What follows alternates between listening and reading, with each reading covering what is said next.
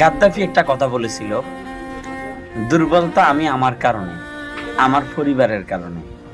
আজকে আমার পরিবার আমার পাশে না থাকার কারণে আমি এত অসহায়। গাদ্দাফির কথাটা ঠিকই হয়েছে।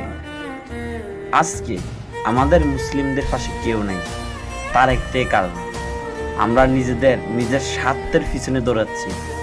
কখনো নিজেদের রাষ্ট্রের কথা চিন্তা করি না, কখনো নিজেদের ভবিষ্যতের কথা চিন্তা করি না, কখনো আমরা আমাদের ইসলামের কথা চিন্তা করি না। এই কারণে আমরা, গাদ্দাফি বলে গেছিলেন যে নিজের পরিবারে আমাদের নিজেদের জন্য সবচেয়ে ভয়ঙ্কর হয়ে দাঁড়াবে, নিজের পরিবার আমাদের নিজেদের চুরি হয়ে দাঁড়াবে।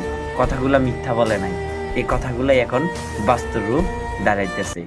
নিজের পরিবার থেকে শত্রু অনেক ভালো, কারণ যখন নিজের পরিবার শত্রু হয়ে দাঁড়ায় তখন তার থেকে ভয়ঙ্কর আর কিছু হতে পারে না পৃথিবীতে।